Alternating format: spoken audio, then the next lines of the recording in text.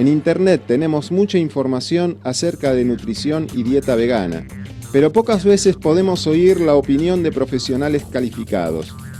Hoy tenemos la suerte de entrevistar a una prestigiosa nutricionista que nos va a aclarar muchos aspectos y refutar ciertos mitos. Hola Laura, gracias por estar en Tiempo Vegano. Hola, ¿qué tal? Laura Balado es licenciada en nutrición, egresada de la Facultad de Medicina de la Universidad de Buenos Aires.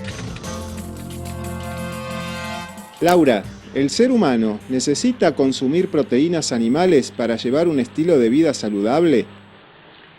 No, realmente no necesita. Puede consumir las proteínas que necesita a partir de los alimentos de origen vegetal. Particularmente son fuente de proteínas los frutos secos, como castañas de cajú, avellanas, nueces, almendras, pistacho, todos lo que son frutos secos son fuentes de proteínas. Después las leguminosas, las más conocidas, las lentejas, por ejemplo, pero también garbanzos, porotos de soja, poroto en general, y las semillas. Las semillas también son fuentes de proteínas y de aminoácidos. Siempre se habla de las proteínas porque lo importante es consumir 9 aminoácidos esenciales en el niño, hasta que el niño puede sintetizar un aminoácido que es la histidina, y el adulto luego necesita 8 aminoácidos esenciales. Combinando los frutos secos, las leguminosas y las semillas se obtienen los 8 aminoácidos esenciales. Se está hablando mucho de la quinoa y del amaranto en relación a las proteínas vegetales. Sí, quinoa, amaranto, chía, ya lo usaban incluso los mayas y los aztecas, eran cultivos que tenían, incluso sacaban medicamentos de allí, muy valiosos. Bueno, por suerte se empezaron a conseguir en las casas de dietéticas y empezó mucha gente a consumirlas, pero bueno, hasta hace unos cuantos años atrás prácticamente no estaban incorporadas. Y sabemos que bueno, ahora con el tema de estas alimentaciones veganas hay muchas hamburguesas que se hacen con chía, con amaranto, hay alimentos enriquecidos, hay guisos de quinoa que realmente son por demás no solamente ricos, sino ricos en nutrientes. Hablando del aspecto anatómico, hay gente que dice que los humanos somos carnívoros porque tenemos colmillos. Incluso hay quienes dicen que tenemos dientes caninos. Parece que al verse al espejo no se dan cuenta de que es solo un nombre, porque nuestros dientes no se parecen a los de los perros y a otras fieras con largos y afilados colmillos, sino que los dientes humanos son planos y alineados como los de otros herbívoros. ¿Vos qué opinás de esto?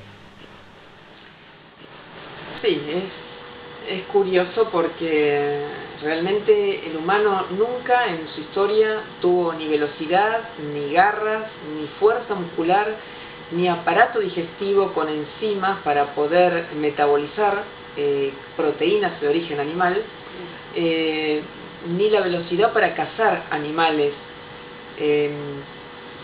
Nos parecemos más a la dentadura de un mono o hasta la de un caballo, y claramente son animales herbívoros. No nos podríamos comparar ni con un puma, ni con un león, ni con una hiena que es carroñera. O sea, todos los animales en la naturaleza, que son menos del 20% de los animales que hay sobre la faz de la tierra, son carnívoros, y eso es importante decirlo porque eso mantiene un equilibrio en la fauna. Claramente el ser humano, que ahora son 7.500 millones de habitantes, está desequilibrando este sistema. Si el ser humano fuese vegetariano, que es lo que debería ser, el sistema estaría completamente equilibrado, y eso también es importante decirlo. No nos parecemos ni a un tigre, ni a un león, ni a una hiena, ni a un águila. Ningún animal que sea ni carnívoro ni carroñero. No tenemos ni fuerza, ni pico, ni fuerza para desgarre. No tenemos enzimas y no tenemos un intestino diseñado para absorber proteínas de origen animal. Y menos que menos si estos alimentos están crudos. Eso es importante. Claro, porque los humanos no podemos comer carne cruda. No, definitivamente no. definitivamente no. Y eso es la condición indispensable de un carnívoro, que pueda cazar y que pueda tomar la sangre, las vísceras y las carnes, desgarrarlas y comerlas en ese momento. Y aún así, como hacen los carnívoros, dejarla, enterrarla, subirla a un árbol y comerla 2-3 días después en un estado de abombamiento, de descomposición, y aún así lo comen y lo digieren y lo metabolizan perfectamente, porque para eso están diseñados. El ser humano claramente no. ¿Las proteínas animales podrían relacionarse con las enfermedades? Sí, de hecho hay numerosos estudios que se relacionan, que ya se sabe que se relacionan las proteínas de origen animal con enfermedades como por ejemplo cáncer de colon, diverticulosis, Alzheimer, accidentes cerebrovasculares, hipercolesterolemia, gota, artritis gotosa, trigliceridemia elevada, diabetes, síndrome metabólico, nefropatías, cálculos en la vesícula biliar, colecistitis, hepatopatías, hipertensión, hipotiroidismo, Parkinson, arteriopatías y además enfermedades que la persona contrae por el consumo de carnes que son portadoras de virus, bacterias y parásitos. Por ejemplo, la salmonelosis asociada con el huevo. En el caso de la Escherichia coli, que en niños menores de 5 años puede generar el síndrome urémico hemolítico, que es un cuadro mortal en muchísimos casos. Y tenemos también parásitos, triquinosis, hidatidosis, por el consumo de carnes y toxoplasmosis. Así que sí, hay incluso el Helicobacter pylori que se asocia a la gastritis y luego a la úlcera gástrica. Todos por consumo. Estas cosas no existen, estas son zoonosis que no existen en la naturaleza, en el reino vegetal. Todo lo que nos aportan las carnes viene asociado con los problemas típicos del animal, para los cuales nosotros metabólicamente no los podemos enfrentar, por eso enfermamos. ¿Es tan necesaria la leche y los lácteos como indica la publicidad? Bueno, en realidad la leche, la indicación que siempre aporta la publicidad es que contiene calcio. En realidad, la leche aporta 125 miligramos de calcio cada 100 centímetros cúbicos, o sea, cada 100 gramos. Y en 100 gramos de semilla de sésamo hay 975 miligramos, prácticamente 8 veces más calcio aporta semillas de sésamo que la leche. Por ejemplo, en el caso de las almendras tienen 252 miligramos de calcio y un vegetal como el brócoli aporta 47 miligramos en 100 gramos. Una persona que consume día a día por medio puede consumir más de 100 gramos. A ver, si es por el tema del calcio, ya está probado que en los alimentos de origen vegetal hay más calcio que en la leche y es altamente absorbible. Y por otro lado también tendríamos que referirnos a que el aporte de leche también aporta caseína y también aporta lactosa. Y eso en muchísimas personas genera intolerancia. Ya incluso se está viendo niños con una fuerte intolerancia a la leche, no solamente a la lactosa, sino a la leche en su conjunto. Y esto los pediatras lo saben muy bien. Y aparte también tendríamos que referirnos a que hay otros alimentos, otras sustancias que no podríamos considerarlas alimentos, como son las bebidas gaseosas, que también impiden la absorción de calcio porque tienen fosfatos. Pero el punto real acá es saber que las semillas de sésamo tienen 975 miligramos de calcio por 100 gramos de semilla, y con estas semillas se pueden hacer leches, se pueden incorporar en alimentos, se pueden hacer licuados. Eso es muy importante. ¿Hay otros alimentos de origen vegetal que también contengan calcio además de las semillas de sésamo? Sí, brócoli 47 miligramos, los espárragos, almendras, en general los frutos secos, pero de ese grupo las almendras tienen 252 miligramos, prácticamente casi el doble de lo que aporta la leche.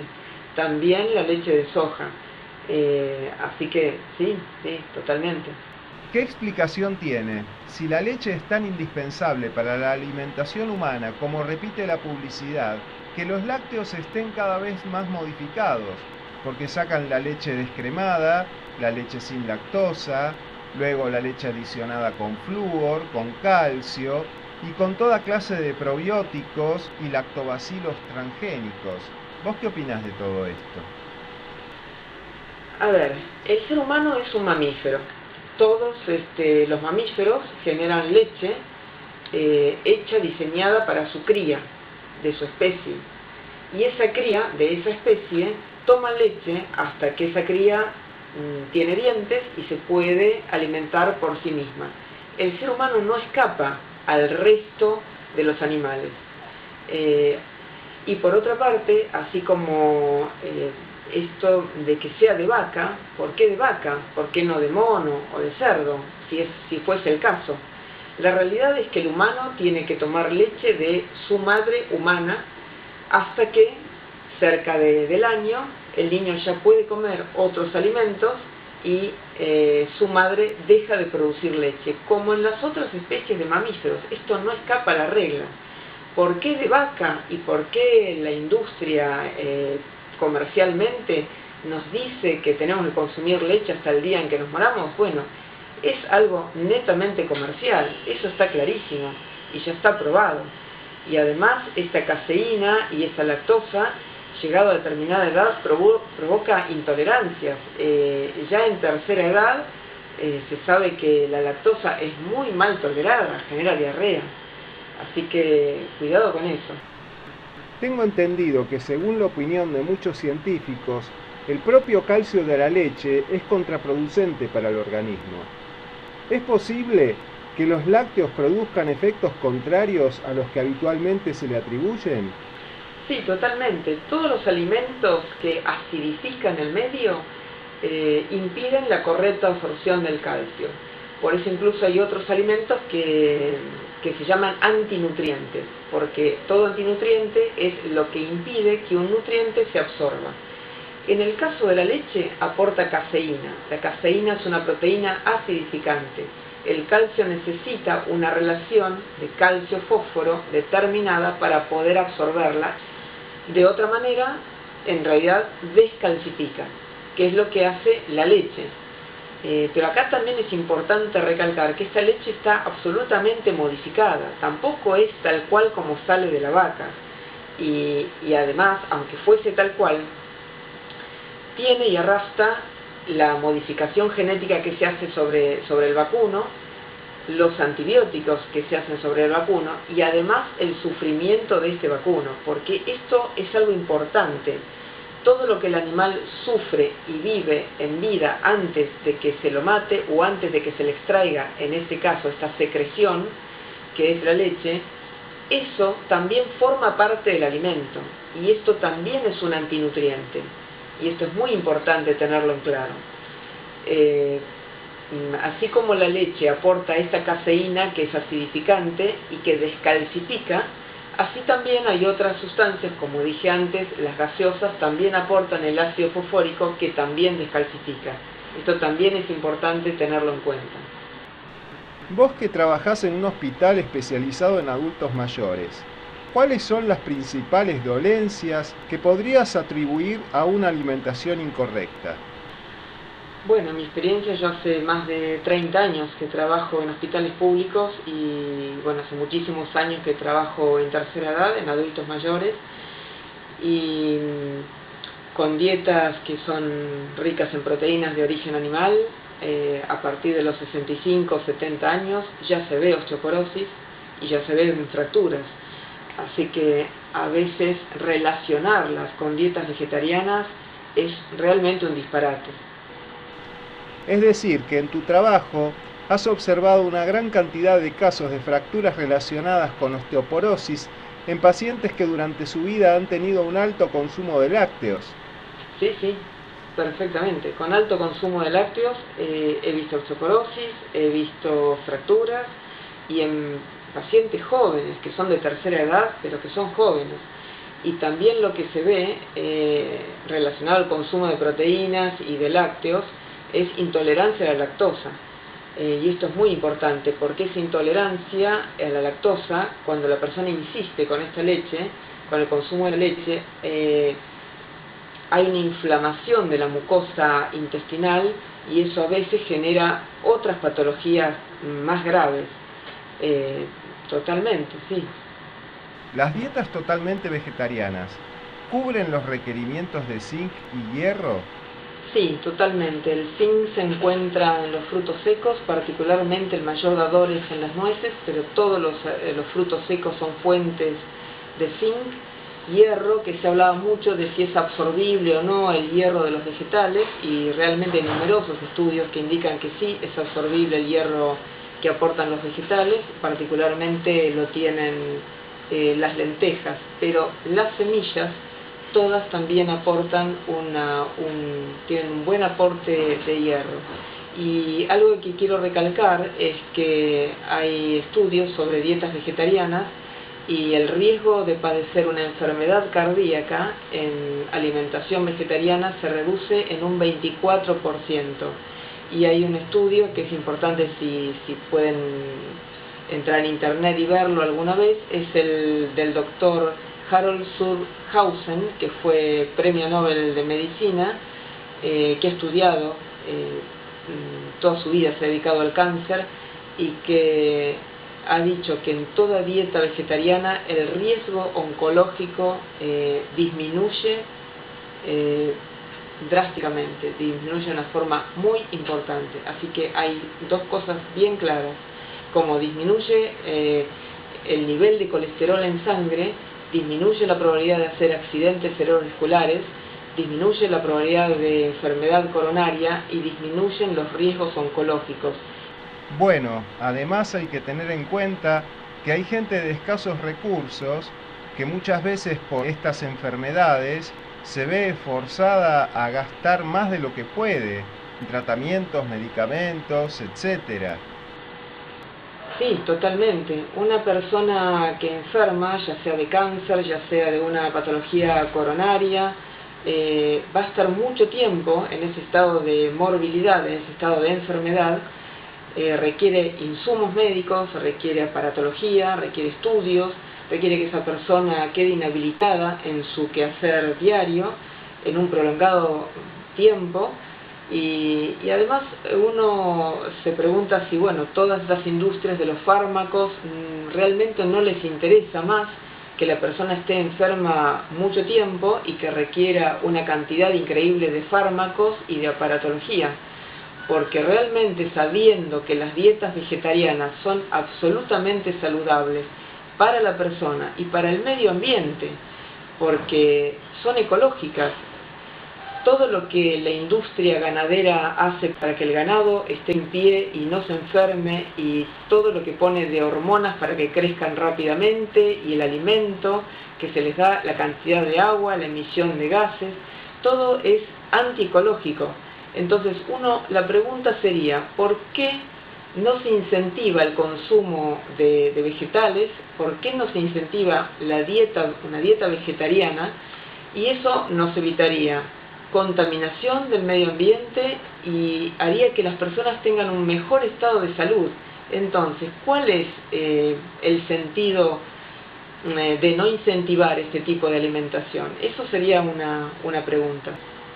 Entonces, por lo que acabas de decir, vemos muy claramente la relación que existe entre una alimentación adecuada y cuestiones que incluso van más allá, que tienen que ver ya con la ecología. Hay una relación directa. Claramente hay demasiados seres humanos, punto número uno. Este es un planeta que puede ofrecerle al humano, en la naturaleza puede ofrecerle al humano todo lo que su alimentación necesita: proteínas, vitaminas, minerales, oligoelementos. El hecho de que el humano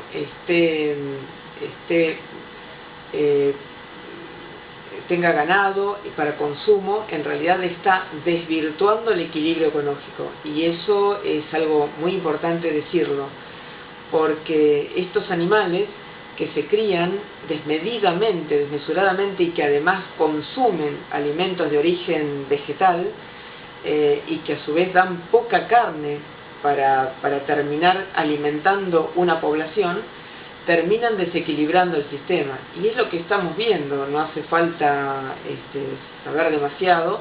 Hace no mucho tiempo atrás hubo 15.000 científicos a nivel mundial que alzaron sus voces para decirle a la humanidad que si no, el ser humano no se vuelve ecologista y vegetariano, realmente peligra la continuidad de la vida de este planeta.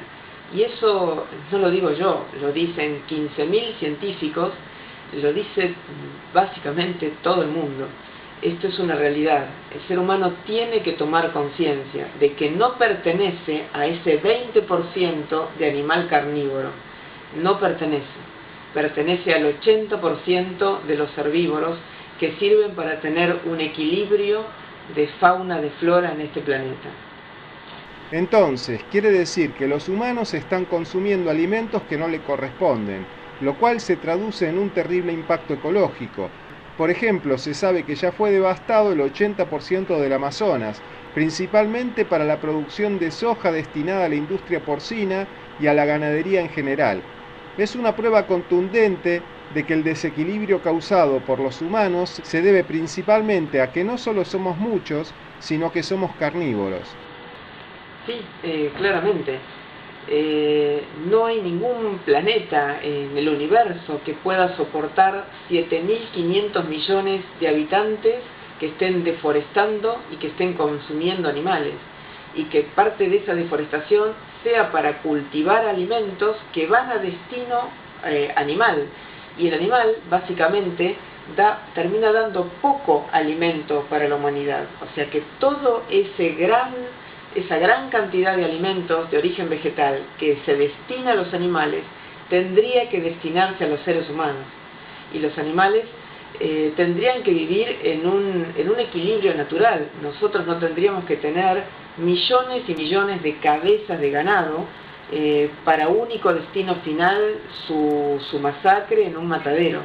Pero mientras tanto consumen alimentos de origen vegetal y agua potable, que es un recurso limitado en el planeta Tierra, y que además de eso, toda esa industria termina generando contaminantes. O sea, a causa de la industria ganadera, hay más contaminantes de espejos de agua y de aire de lo que debería haber. O sea que todo esto está en un franco desequilibrio. Vamos a llegar a un punto sin retorno. Creo que todavía, si el humano toma conciencia de que debe ser ecologista, de que debe ser vegetariano, creo que todavía estamos en un punto, en el límite de lo que el planeta pueda soportar. Unas décadas más y no sabemos qué es lo que va a ocurrir. Es decir, que la ganadería se convierte en un intermediario entre la producción vegetal y la alimentación humana. O sea, que al comer el animal que comió el alimento vegetal, se derrocha totalmente la producción agrícola. Si se eliminara ese intermediario y comiéramos directamente los vegetales, se podrían alimentar más humanos y no habría hambre en el mundo. Claramente, no habría hambre en el mundo si todos esos alimentos y esos recursos de origen vegetal, en lugar de ir al animal, fueran directamente al humano, incluyendo la cantidad de agua potable que se pierde en mantener ganado en pie, en mantener ganado consumiendo alimentos de origen vegetal.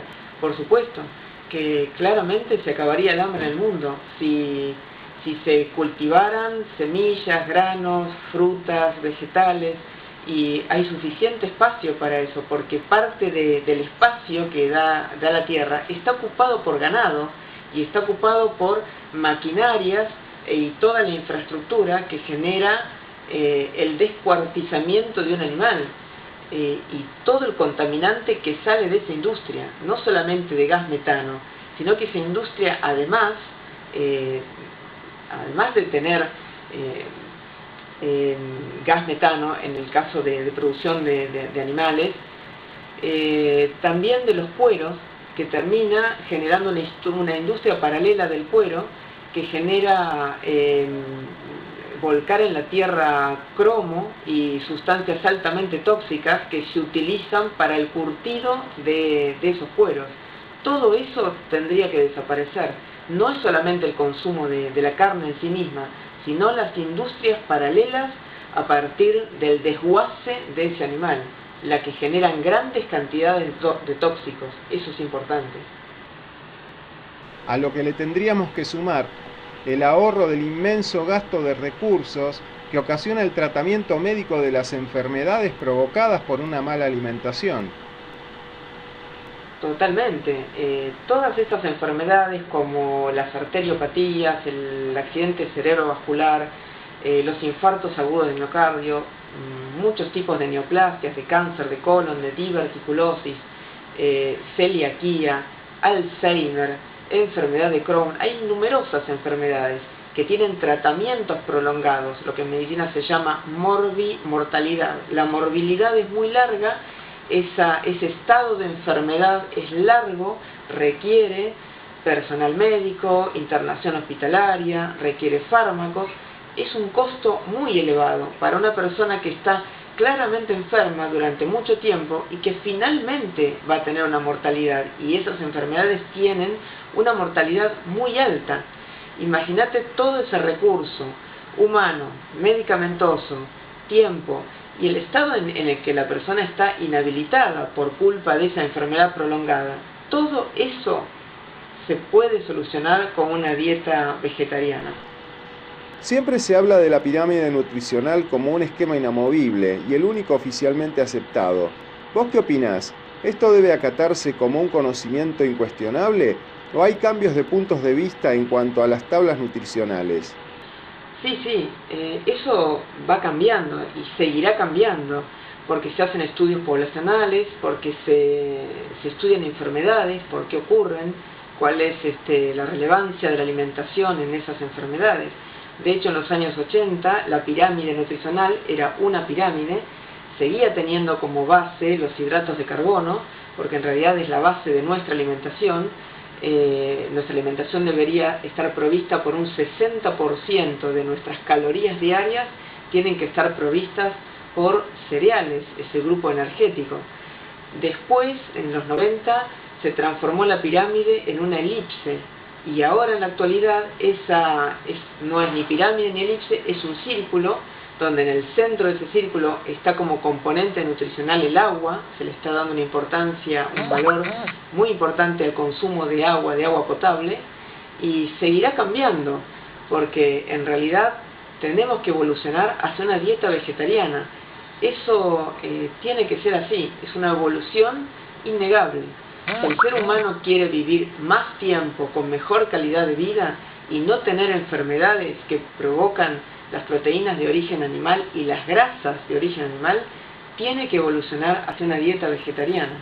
Eso no se discute. A raíz del aumento del número de personas que optan por una dieta totalmente vegetal, en los últimos años estamos viendo una masiva propaganda de ciertos suplementos de vitamina B12, con el argumento de que la dieta vegetariana, si bien es saludable, carece de esta vitamina, por lo tanto los veganos y vegetarianos necesitan suplementarse sí o sí con estos suplementos artificiales de vitamina B12. ¿Vos qué opinás al respecto? No, si una dieta es vegetariana, en los alimentos que aporta la naturaleza está ampliamente distribuido el complejo B. Hay algunos alimentos que tienen este complejo que son fuentes.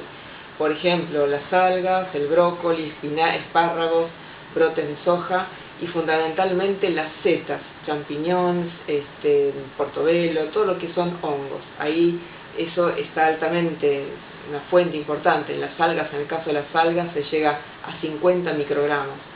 El punto es, ¿cuánto es el requerimiento para el ser humano de vitamina B12?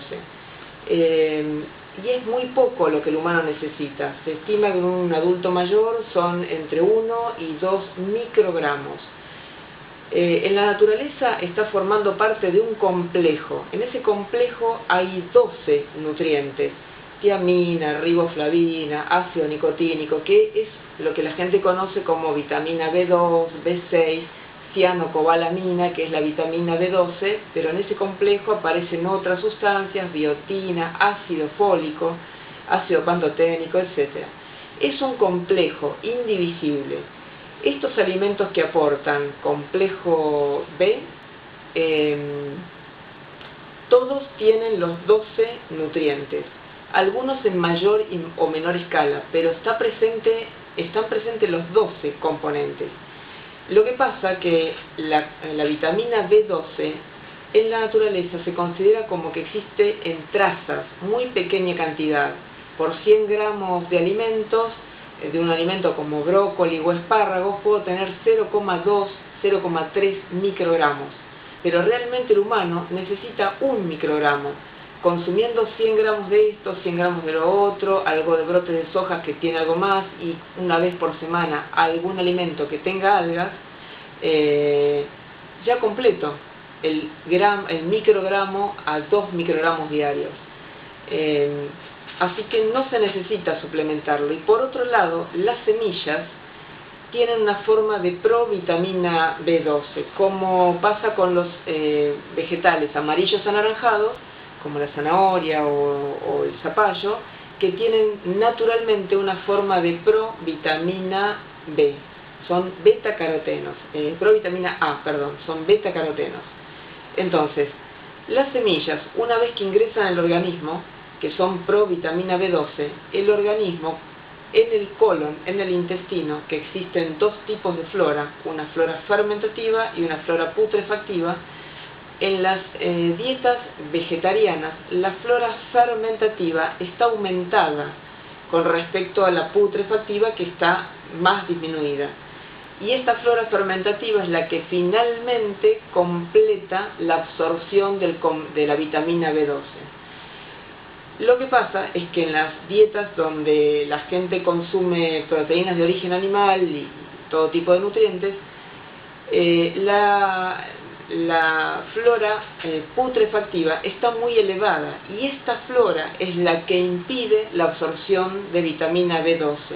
O sea que en realidad tiene más problema para la absorción de B12 el que consume una dieta rica en proteínas animales que el que consume una dieta rica en alimentos naturales vegetales. Esa es la realidad. Y realmente no se necesita un suplemento. Entonces, ¿podría ser que hubiera ciertos intereses económicos detrás de toda esta campaña de publicidad y propaganda masiva en favor de los suplementos artificiales de vitamina B12? Sí, sin lugar a dudas. La industria de la farmacológica, igual que la industria alimenticia, siempre se ha dicho que es el cuarto poder económico en el mundo.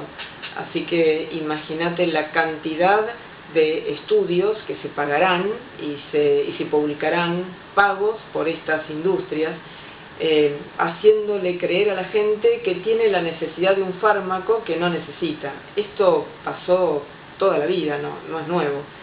Y claramente, tal vez por esa poca cantidad de vitamina B12 que necesita el ser humano, y esa poca cantidad de vitamina B12 que está presente en los vegetales, bueno, parece que por ese lado,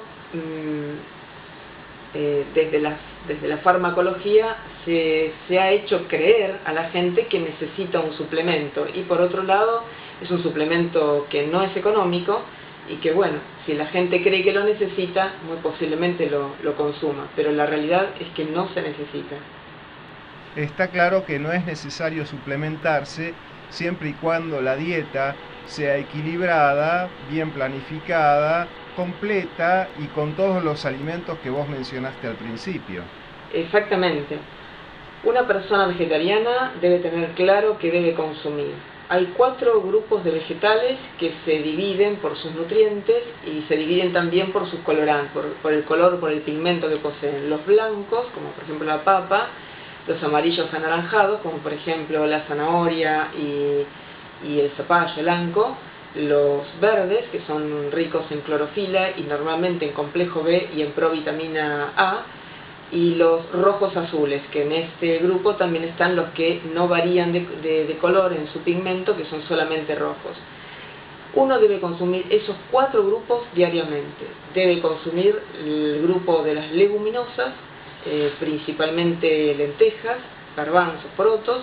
Debe consumir semillas, esto es muy importante porque aportan nutrientes vitales. Y debe consumir frutos secos, castañas de cajú, almendras, avellanas, nueces. Completa esa nutrición arroz, fideos o pastas en general y polenta, harinas, avena. Eso es lo que completa, y aceites vegetales. Pero fundamentalmente los 4 grupos de colores, frutos secos, las frutas frescas. Generalmente uno habla de que deben incluirse 3 frutas durante el día.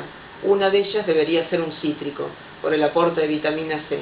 Aunque por ahí más vitamina C que en un cítrico también aporta el kiwi, que es un muy buen alimento y muy buen aportante de vitamina C. Pero de las 3 frutas, una debería ser un cítrico o un kiwi. Y lo que completaría el valor calórico serían los aceites, las harinas, arroz, avena, ese grupo. Bueno, lo importante es que una alimentación tiene que ser completa en cuanto a sus nutrientes, armónica, adecuada, suficiente. Estas 4 leyes básicas de la alimentación corren para una persona que sea vegetariana como para una persona que incluya proteínas de origen animal. Cuando esta alimentación no tiene estos 4 parámetros, tanto unos como otros tendrán que suplementar. Eso se derivará de los estudios que se hagan, de los laboratorios que se tengan. Pero claramente tanto un omnívoro puede tener deficiencias porque consume de todos los alimentos que existen, 10 alimentos solos y el resto los excluye, y tanto un vegetariano también puede tener deficiencias porque no está incluyendo todos los grupos de alimentos vegetales que se necesitan para cubrir todos los nutrientes. Así que básicamente los suplementos farmacológicos le caben a unos o a otros. Eso es así. Es decir, que es un hecho habitual que los suplementos de B12 se receten a personas que consumen alimentos de origen animal y presentan carencias de esta vitamina. Sí, totalmente, porque de hecho hay una enfermedad que es la anemia perniciosa, que es la que necesita el suplemento de vitamina B12, y eso le pasa a muchísima gente que es omnívora y que ese factor intrínseco, esa escasa producción de flora fermentativa es la que le impide finalmente tener una vitamina bioabsorbible y termina teniendo esa deficiencia. Y es una persona que come carnes y que come todo tipo de alimentos. ¿Podría ser que exista cierto tipo de campaña desinformativa con la intención de frenar el avance del veganismo, inculcando miedos en la población a seguir una dieta vegetariana? Sí, yo creo que sí, que puede haber una campaña. Las industrias alimenticias son muy poderosas y realmente la explotación animal también es algo muy rentable. Creo que tienen todas las condiciones como para poder pagar estudios que no se hicieron, pagar expertos que no son tan expertos y que hablan y que, bueno, desalientan una alimentación vegetariana. Sí, creo que está dentro de las posibilidades. Tengo entendido que existe un tipo de B12 que es útil al organismo y otro que no. Por eso, quienes no recomiendan suministrar suplementos sostienen que la asimilación de B12 tiene más que ver con el proceso digestivo. ¿Cuál es tu opinión? Sí, la vitamina B12, que forma parte de un complejo y que está presente en todos los alimentos que aportan complejo B, también aportan microgramos o decimales de microgramos de vitamina B12. Esta B12 es un compuesto inorgánico, es una cianocobalamina. Una vez ingresada en el organismo, es la flora fermentativa la que tendría que estar más desarrollada, mucho más desarrollada que la putrefactiva, porque es esta flora fermentativa la que toma esa cianocobalamina y como propio metabolismo termina dando esta vitamina B12 que es biodisponible, que es absorbible. Ahí se completa el círculo. pero lo importante es que es mínima la cantidad que un ser humano necesita. Estamos hablando de 1 microgramo diario. Resulta llamativo que se siga hablando en la radio, la TV, los medios masivos y en las facultades de la importancia imprescindible de los lácteos y la carne para tener una buena salud. ¿Vos qué opinás? ¿Por qué tanta insistencia oficial sobre este asunto? Yo me recibí en los años 80 y ya en aquel momento se le daba una importancia a los hidratos de carbono, las proteínas y las grasas, y se establecía que dado un valor calórico total, 2000 calorías diarias, dentro de ese valor calórico la distribución en carbohidratos era del 50 al 60%, alrededor de un 12, 13 al 17% de proteínas, de las cuales, de ese porcentaje, tenía que estar cubierto con proteínas de origen animal, y hasta un 35% de grasas.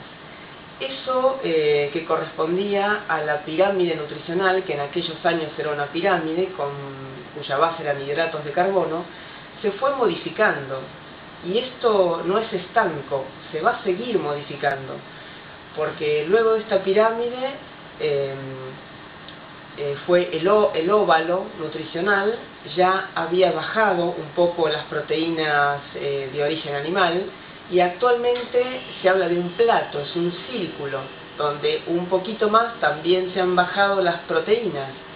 Porque claro, en todos estos años, si tan adaptados estuviésemos a las proteínas de origen animal, tendríamos que haber bajado la cantidad de enfermedades que se producen por proteínas de origen animal. Y estas enfermedades siguen, la gente sigue enfermando y por lo tanto esto va a tener que ir revisándose hasta que finalmente no hablemos más de proteínas de origen animal, sino que hablemos del aporte de aminoácidos, sabiendo que los aminoácidos están ampliamente distribuidos en los alimentos de origen vegetal, sin los aportes negativos que tienen estas proteínas de origen animal, como por ejemplo el colesterol, como por ejemplo enfermedades asociadas, parasitosis y también antibióticos que se le dan en vida a los animales, alteraciones genéticas y también hormonas.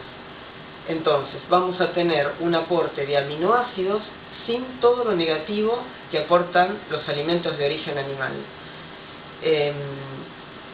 La verdad que muchos nutricionistas han visto estos procesos de cambios, y muchos se han quedado con lo que han estudiado en los años 80, no se han actualizado o no han relacionado que seguimos teniendo enfermedades y que la causa sigue siendo nuestra, entre comillas, mala alimentación.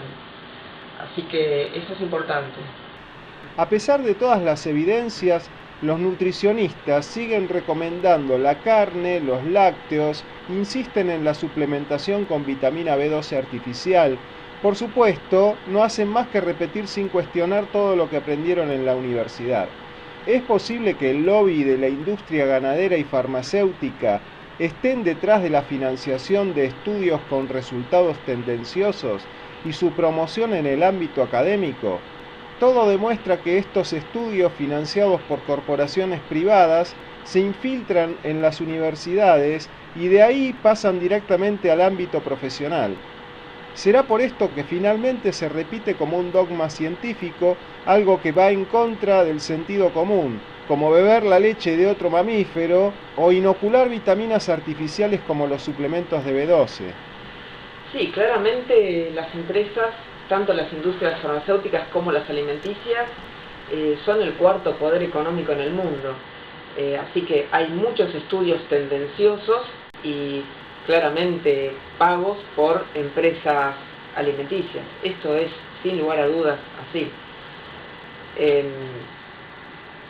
Ahora, lo importante es saber que en los últimos 30 años hubo muchas modificaciones sobre qué es lo que tenía que aportarse en el ser humano, de dónde, cómo, cuándo.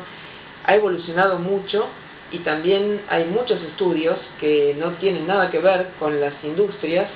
El estudio de China, el Premio Nobel de la Medicina, el doctor Surhausen, que ha estudiado cáncer y que ha dado numerosos datos y aportes científicos invalorables sobre la relación que hay entre proteínas de origen animal, leche y cáncer.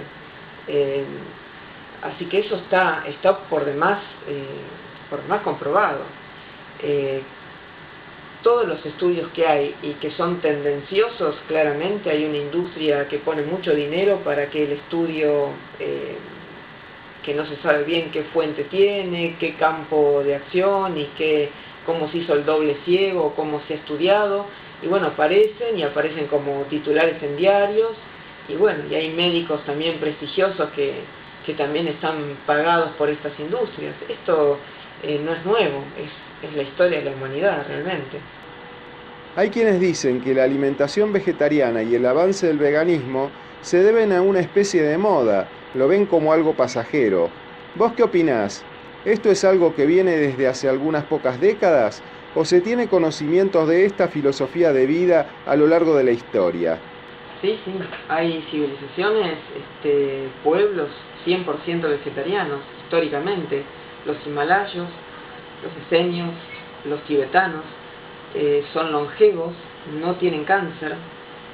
Claramente ahí, analizando simplemente comunidades como en el Tíbet, que no es una población ausente de cáncer y longevos, ya nos damos cuenta que los que consumen proteínas de origen animal están en contra de su naturaleza. Por eso enferman y por eso se acorta su calidad y su tiempo de vida. Eso es innegable. Existen diversas teorías que sostienen que los primeros homínidos evolucionaron hasta convertirse en Homo sapiens gracias al consumo de carne, lo que posibilitó el aumento de la masa encefálica. ¿Vos qué opinás? Bueno, ya hay estudios que indican que estos primeros homínidos primero eran nómades y consumían algunos vegetales y algunas carnes. Recién cuando se establecen y se vuelven agricultores es cuando realmente empieza a haber un desarrollo completamente diferente desde lo social y desde lo individual. Y hay algo importante que hay que destacar: el cerebro consume 5,6 miligramos de glucosa por cada 100 gramos de masa cerebral por minuto. En un adulto el cerebro puede pesar entre 1,2 kg, 1,7 kg de masa cerebral. O sea que un cerebro puede consumir al día, en 24 horas, entre 120 y 150 gramos de glucosa. Ninguna carne, ningún alimento de origen animal es capaz de brindar glucosa. Solamente la podemos sacar especialmente de las frutas, pero después por extensión de todos los granos, de las hortalizas, de las legumbres, de los frutos secos. Y esto es muy importante porque cuando estos primeros humanos se establecen y forman sociedades, son agricultores. Quiere decir que realmente de allí tomaron esta glucosa indispensable para el desarrollo de las funciones cerebrales. No solamente el cerebro consume glucosa, también el músculo estriado cuando hacemos movimientos y también lo involuntario como es todo lo cardíaco. Pero sí hay algo importante: cuando el cerebro se queda sin glucosa, el hígado o el organismo se queda sin glucosa, el hígado puede formar a partir de ácidos grasos y de aminoácidos un hidrato de carbono, una glucosa, que le sirve al funcionamiento del músculo estriado y de los procesos involuntarios como son los cardiovasculares, pero que no le sirve esa glucosa sintetizada a partir de elementos que no son glucosa, no le sirve como combustible al cerebro. Y esto es algo muy importante, quiere decir que ese cerebro funciona y pudo expandirse en cuanto a su inteligencia gracias a la glucosa como tal, que solo proviene de los alimentos de origen vegetal. ¿Existen estudios realizados últimamente que traten sobre el tema que acabas de explicar? Sí. Para el desarrollo de todas las funciones cerebrales hablábamos de que era indispensable la glucosa como un combustible. Y hay un estudio específico, digno de leerse, publicado en la revista Biology en el año 2015, que ahí se ve claramente la necesidad que tiene el cerebro para organizarse y para evolucionar, esta necesidad de este carbohidrato específico que es la glucosa. Sí, sí. Bueno, acá hay por ahí 5 cosas importantes. Primero es esta necesidad que tiene el cerebro de glucosa, que es lo que finalmente terminó con la evolución y posiblemente con la inteligencia del ser humano. Si fuese el caso de que las proteínas de origen animal fuesen tan importantes en la evolución, los animales netamente carnívoros, como son los grandes felinos o las hienas, tendrían que tener un nivel de inteligencia similar al nuestro. Y la verdad es que no lo tienen. Sí tienen adaptaciones, pero no tienen nuestro nivel de inteligencia. Hay otra cosa importante que se desprende de esto, es que la gente confunde inteligencia con evolución, y no son dos cosas que vayan particularmente paralelas o que se toquen en algún punto.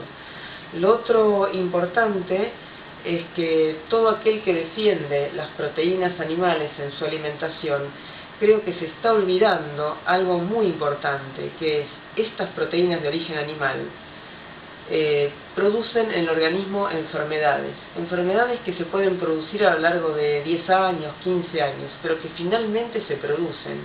Entonces, estar defendiendo el consumo de proteínas animales, cuando ya se sabe científicamente que están asociadas a graves enfermedades, me parece que no es lo correcto desde ningún punto de vista. Y esto realmente quiero destacarlo.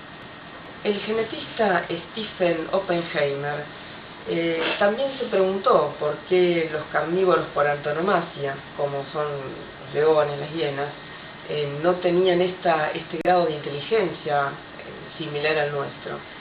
Y también hizo una conexión directa sobre, bueno, tendríamos que estar adaptados y tendríamos originalmente que haber tenido garras y que haber sido veloces y que haber sido cazadores y tener colmillos. Igualmente hay un estudio interesante que sería comparar esos primates vegetarianos con la evolución humana, pero él consideró que no existen fósiles, cráneos fosilizados de primates no homínidos de menos de 8 millones de años. Entonces, a veces estar discutiendo si estas proteínas se incluyeron en la evolución o no se incluyeron en la evolución, cuando hay un enorme bache científico entre estos primeros cráneos, los homínidos, los orangutanes, los seres humanos, a veces me parece que son cosas que no conducen a nada y son debates estériles. Eso es lo que pienso realmente. Además de las enfermedades que están asociadas a las proteínas animales, si tan saludables fuesen las proteínas animales, ya en tantos años de evolución que tienen las personas, ya tendríamos que tener un organismo adaptado a ese tipo de proteínas. Y las carnes ya podríamos consumirlas sin cocción, crudas, o también incluso con algún principio de descomposición, como sucede con los animales carnívoros, y esto no ocurre. También en su momento tendríamos que haber sido, si fuésemos netamente cazadores y carnívoros, tendríamos que haber tenido velocidad, garras, colmillos para desgarre y para poder retirar esta masa cárnica de un cadáver. Y eso nunca fue así. Nosotros no involucionamos ni en garras, ni en colmillos, ni en velocidad. Así que desde un primer momento, claramente, el animal humano no está adaptado para consumir proteínas animales. Entonces, en conclusión, podríamos decir que la alimentación vegana es saludable, evita las enfermedades y no se necesita ningún suplemento si la dieta es completa y variada, incluyendo una buena diversidad de alimentos de origen vegetal. Sí, totalmente. Incluso ya está probado que tanto el cáncer como las arteriopatías, el infarto agudo de miocardio, se reducen en más de un 25% de incidencia de enfermedad con dietas vegetarianas. Eso no solamente es beneficioso para la persona, que va a tener un estado de salud, un tiempo de vida mayor y una calidad de vida mayor, sino que también va a reducir la carga económica que tiene una sociedad, porque no solamente es los insumos que se gastan en un hospital, sino esa persona enferma no es productiva, no produce porque está enferma. O sea, todo termina siendo un círculo vicioso. Y esto se puede cambiar si las personas entienden que el consumo de una dieta vegetariana es lo mejor para el estado de salud de un ser humano.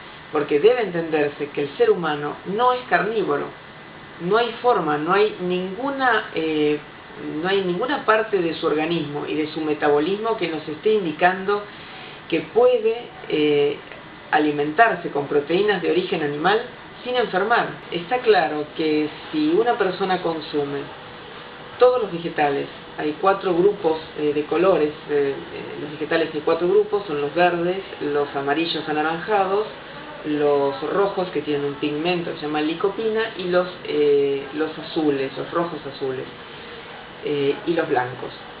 Los rojos y los rojos azules forman parte del mismo grupo. En esos 4 grupos de colores, si la persona consume diariamente vegetales de esos 4 grupos, si consume legumbres, si consume frutos secos son nueces, avellanas, castañas de cajú, pistacho, maní, todo ese grupo de frutos secos. Si consume frutas, al menos 3 frutas por día, lo ideal sería que una de esas 3 fuese un cítrico. Si consume cereales, arroz e incluso elaborados, puede ser polenta, puede ser fideos, está claro que con todo ese consumo amplio de alimentos de origen vegetal se aportan todas las vitaminas, los nutrientes, proteínas completas, hidratos de carbono, oligoelementos que la persona necesita. No se necesita suplementar con ningún suplemento de origen farmacológico, no se necesita suplementar. Eso tiene que quedar bien claro.